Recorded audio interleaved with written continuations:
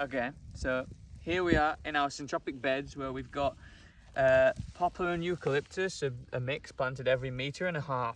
So most people think of eucalyptus as an invasive weedy tree that's hard to get rid of, and we've actually got an almond tree, a strawberry tree, and a black walnut tree all in here as well.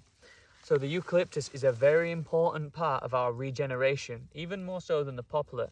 Poplar will be all right with irrigation here, but the eucalyptus will grow without any irrigation. It will grow very fast.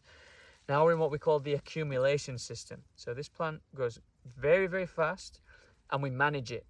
We prune it. When it gets about 2 meters, 2.5 meters, could be by the end of this summer, we prune that back and we put the biomass on the ground. So instead of bringing that in from outside, we've already chopped oats and added straw to the top. That's feeding the system.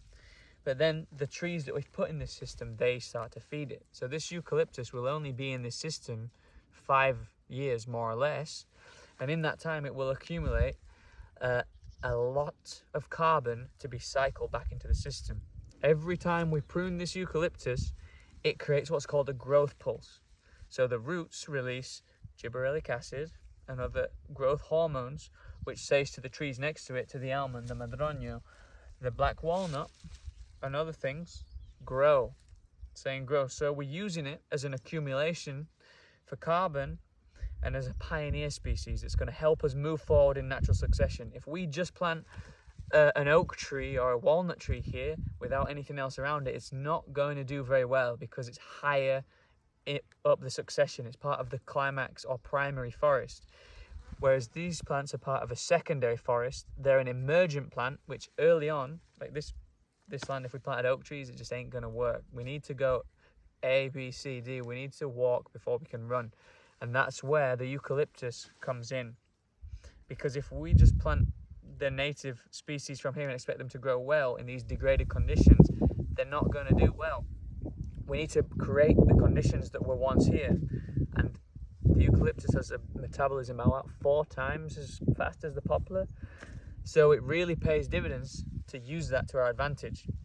So we prune it about 2.5 meters, and then every year after that we can bring it down a bit lower, until we're at the bottom. And maybe when we last cutting it, it's going to be about this thick. You know, these trees grow quickly.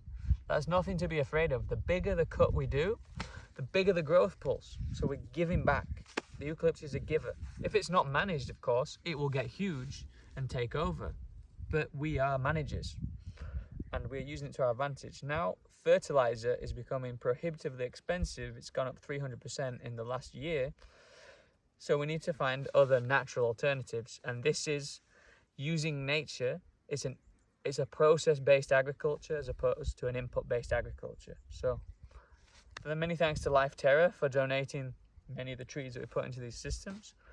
And let's keep planting.